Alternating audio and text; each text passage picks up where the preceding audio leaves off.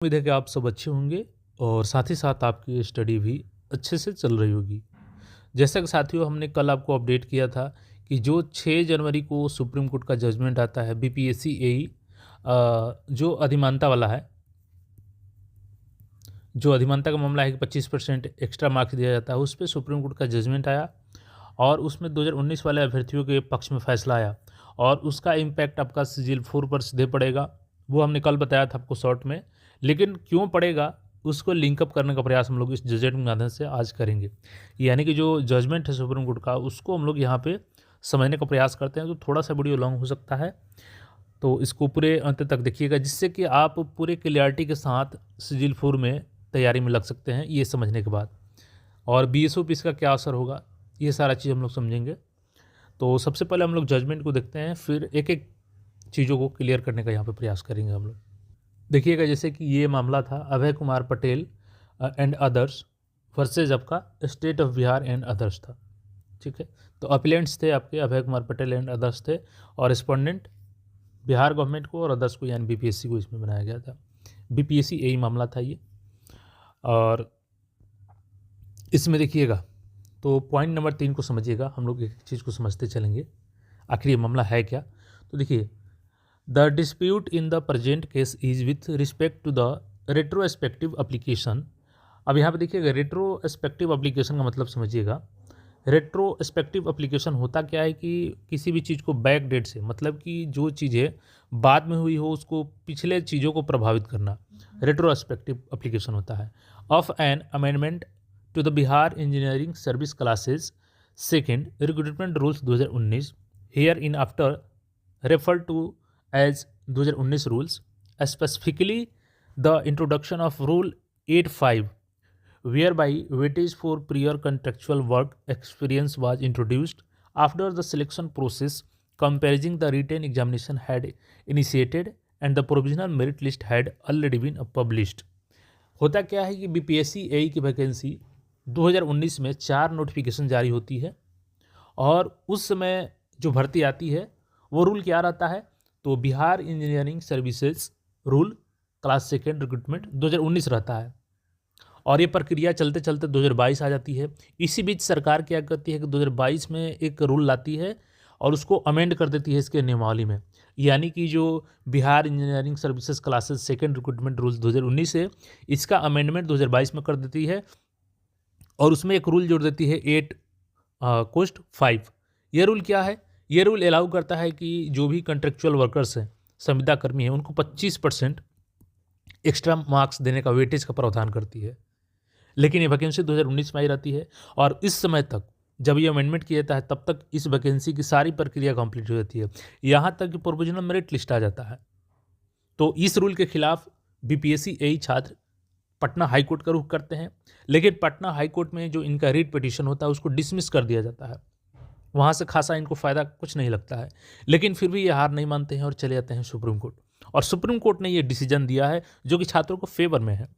तो पूरे डिटेल्स में समझिएगा, ये पूरे तरीके से हम लोग सीजीएल 4 से लिंकअप करने का प्रयास करेंगे इसको। The appellants had preferred the writ petition challenging in the retrospective application of the Bihar engineering services class second recruitment amendment rule 2022। तो पूरे इस रिट पिटीशन में इसको चैलेंज किया जाता है 2022 के अमेंडमेंट को। वेड नोटिफिकेशन नंबर तो यहाँ पर देखिएगा 1/2019 here by in refer to 2022 amendment rules dated 9/11/2022। ये मैं अभी आपको दिखाऊंगा 9/11/2022 का रूल, जो आपको अच्छे तरीके से समझ में आ जाएगा। Issued by the road construction department government of Bihar which amend the 2019 rule with retrospective date that is 6/3/2019। यानी कि ये 2022 में अमेंडमेंट करते हैं और इसको लागू करते हैं बैक डेट से 6/3/2019 के नोटिफिकेशन में, और इसी को लेकर के सुप्रीम कोर्ट में मामला ये पहुंचा है। The division bench of the high court dismiss the writ petition observing that the issuance of the 2022 amendment rule was a policy decision of the state grant weightage to contractual employees and that the applicants had no indefeasible right to appointment merely because of inclusion of their names in the merit list, and as such retrospective application of the said amendment would not be illegal. Hence the present appeal यहाँ पे क्या होता है कि जब division bench high court की सुनवाई करती है, तो ये बोलते हैं कि ये जो मामला है, ये सरकार की अपनी पॉलिसी है और केवल प्रोविज़नल मेरिट लिस्ट में आपका नाम आ जाना आपके चयन का आधार नहीं बनता है। इसलिए ये पॉलिसी है और पॉलिसी इलीगल नहीं होगी, और इसी आधार पे हाई कोर्ट क्या करती है कि छात्रों के रिट पिटीशन को डिसमिस कर देती है। अब यहाँ पे चूँकि फैक्ट्स है तो इसको हम लोग नहीं देखेंगे। अब देखिए यहाँ पे क्या होता है, यही मैंने जिक्र किया कि 2019 में 4 वैकेंसी आती है एई की, और इस 4 वैकेंसी के समय रूल क्या रहता है 2019 का। ये सारा चीज़ लिंकअप होगा CGL4 से। और इसके बाद देखिएगा बाद में क्या करती है 2022 में द सेड रूल 85 पे रूल क्या कहता है कि 75% वेटेज रहेगा आपका रिटेन का और 25% वेटेज रहेगा आपका कॉन्ट्रेक्चुअल बेसिस मार्क्स का। टोटल 100 इस आधार पे बनेगा, और यही मामला फंसता है जाकर के। The appellants who had already secured their places in the provisional merit list pursuant to the 2019 advertisement prepared in accordance with the 2019 rules filed CWJC number इतना of 2022 before the high court praying as follows. मतलब होता क्या है कि जब BPSC provisional list निकालती है 2019 rule के अनुसार, तो जो सामान्य छात्र हैं वो मेरिट लिस्ट में अपना स्थान पाते हैं, लेकिन 2022 में जब अमेंडमेंट कर देती है तो ये मेरिट लिस्ट से आउट हो जाते हैं और यही पहुंचते हैं हाई कोर्ट, फिर उसके बाद सुप्रीम कोर्ट, क्योंकि कॉन्ट्रेक्चुअल बेसिस वाले इनको बाहर कर देते हैं एक्स्ट्रा मार्क्स लेकर के। The issuance of the 2022 amendment rules introducing rule 85 with retrospective effect from 6/3/2019 attempts to rewrite the rules of the game which has already begun. अब सुप्रीम कोर्ट इसमें बोलती है कि जो 2022 का अमेंडमेंट है आपका, जो आप संविदा कर्मी का रूल को इंट्रोड्यूस करते हैं और वो भी बैक डेट में जाकर के 2019 से करते हैं आप, चूँकि 2022 में आप रूल में अमेंडमेंट करते हैं तो 2019 में बैक से करते हैं, जो कि रीराइट करता है रूल्स को, क्योंकि गेम अगर ऑलरेडी शुरुआत हो चुकी है by reducing the weightage of the written examination to 75, यानी कि आप बैक डेट से जाकर के जो 100% रिटेन का वेटेज था उसको रिड्यूस करके आपने 75 कर दिया, and introducing 25 marks for contractual experience, और 25 मार्क्स आपने कंट्रेक्चुअल बेसिस का ऐड कर दिया। यही चीज़ें तो CGL4 में भी हुई है, अभी उसको समझना है आपको। The state has fundamentally altered the basis of selection and changed the eligibility criteria for being placed in the merit list which is not permissible। यानी कि सरकार क्या करती है कि जो संवैधानिक रूप से इसको अल्टर कर देती है और बाईपास करके सिलेक्शन की जो प्रक्रिया है उसी को चेंज कर देती है, और मेरिट लिस्ट में देखिएगा criteria for being placed in, और मेरिट लिस्ट में आने की क्राइटेरिया ही चेंज कर देती है, जो कि परमिसिबल नहीं है। ठीक है, अब आगे इसमें समझिएगा 38 नंबर पॉइंट क्या कहता है। The retrospective application of rule 85 creates an anomaly where candidates who completed under one set of rules are now being judged by another ex post facto.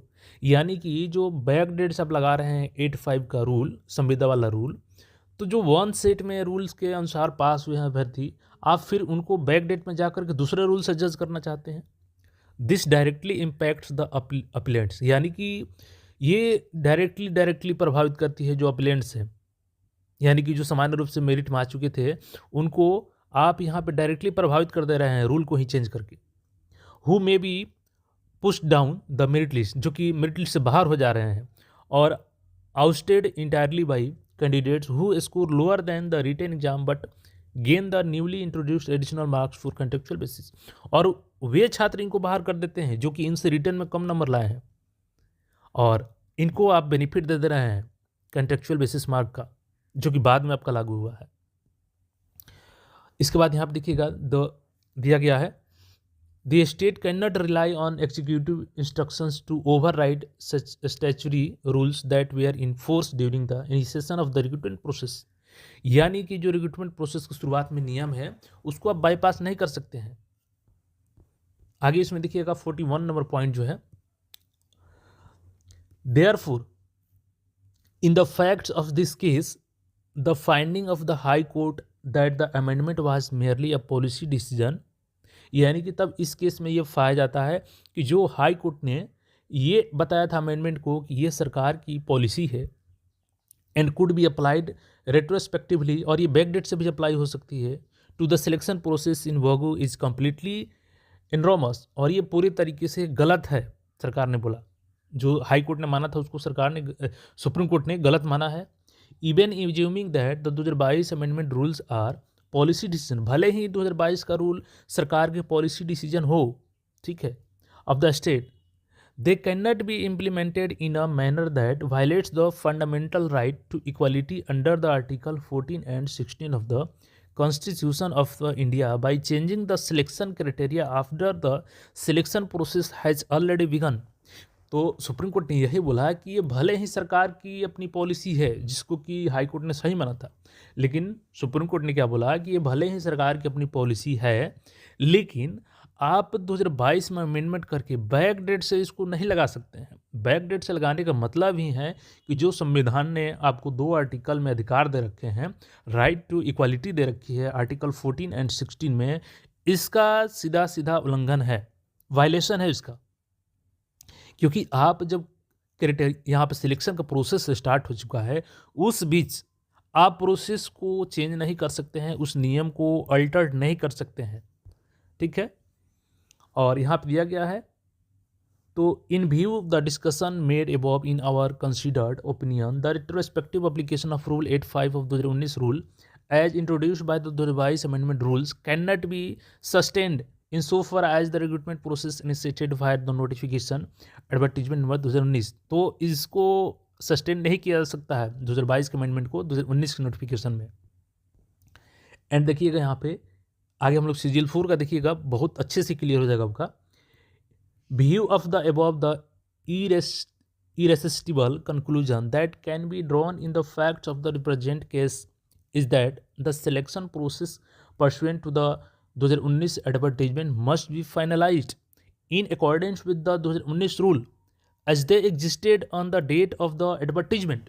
मतलब क्लियर है कि आप जो 2019 में नोटिफिकेशन निकाले थे उसको आप 2019 के रूल के अनुसार ही कीजिए, उसको 2019 के रूल के अनुसार ही करना पड़ेगा। क्यों? क्योंकि जिस डेट में नोटिफिकेशन आया था उस डेट में 2019 का रूल एग्जिस्ट किया था, ना कि 2022 का अमेंडमेंट वाला रूल, ठीक है। Without taking into account the 2022 amendment rules, और बिना 2022 के रूल को इंक्लूड किए आपको ये मेरिट बनानी होगी।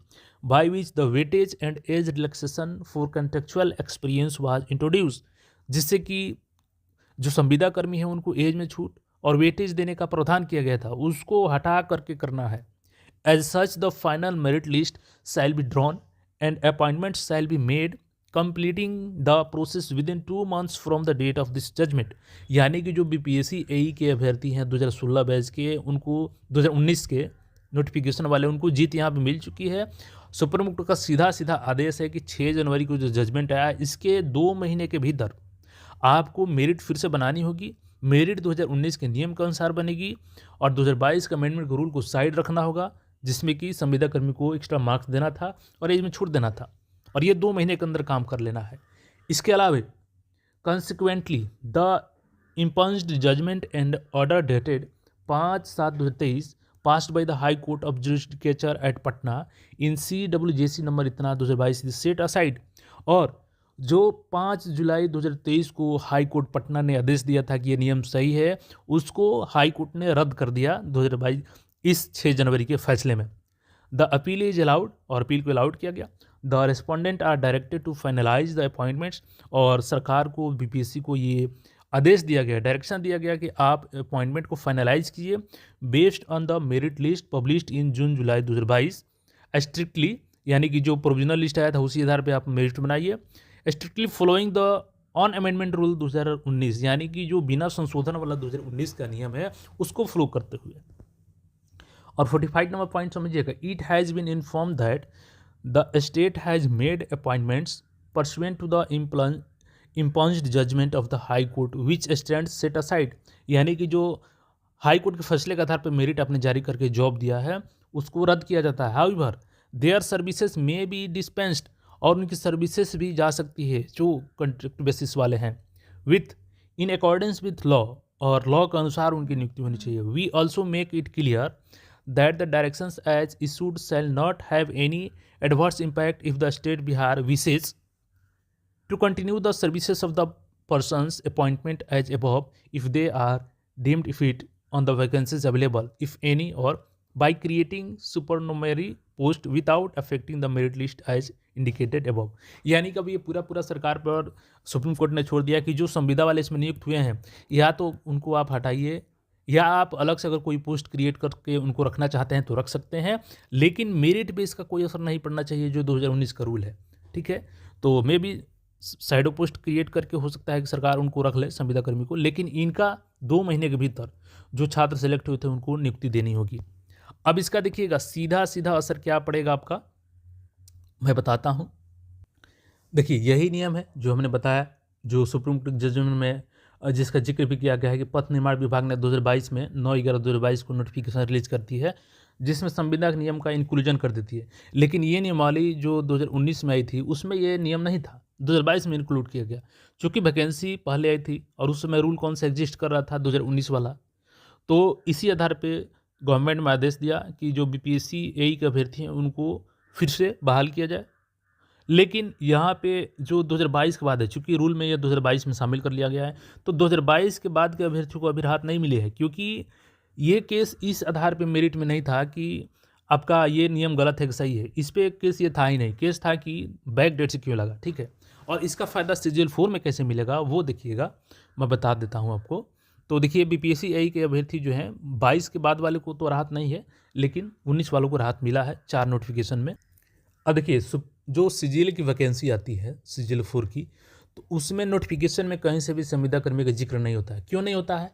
कारण उसका है, कारण ये है कि जो सचिवालय सेवा शर्त नियमावली है जिसके आधार पे आपका एएसओ की बहाली होती है या वो वैकेंसी आती है सीजीएल की, उसमें कहीं से भी अभी तक के 2025 खत्म हो गया, 2026 आ गया, अब तक कोई अमेंडमेंट नहीं किया गया है जिससे कि संविदा कर्मी को 25 मार्क्स एक्स्ट्रा दिए जाने का जिक्र हो, जैसे कि 2022 में एई में किया गया था, लेकिन सचिवालय सेवा शर्त नियमावली में अभी तक ये नियम नहीं इंक्लूड किया गया और यही कारण है कि बीएसएससी ने ये नियम नहीं लगाया था। लेकिन जीएडी ने एक आदेश दिया कि आप इसमें लागू कीजिए, सभी वैकेंसी में सभी लोग को आदेश दिया गया, तो बीएसएससी ने भी उसी आधार पर यहाँ पे संविदा नियोजन हेतु एप्लीकेशन का डेट खत्म होने के बाद ये लागू कर देती है 27/9/2025 के अनुसार, लेकिन ये सिर्फ और सिर्फ गैड के आधार पर हुआ है। अगर नियमावली की बात करें हम लोग, जो सचिवालय सेवा शर्त नियमावली है उसमें इसका कहीं उल्लेख ही नहीं है। मैं एक बार दिखा देता हूँ आपको, जैसे कि देखिएगा यहाँ पे बिहार सचिवालय सेवा नियमावली 2010, ये लेटेस्ट 21/3/2025 का है, इसमें भी कहीं संविदा का नियोजन का उल्लेख नहीं है।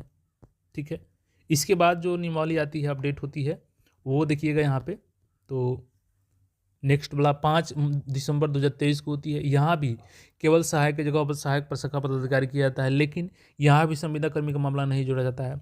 इसके अलावा टोटल हमने नियमावली को यहाँ पे लेने का प्रयास किया है और एक एक चीज़ों को हमने ध्यान से देखा है, कहीं भी इसमें संविदा कर्मी के नियोजन को लेकर के रूल का जिक्र नहीं किया गया है।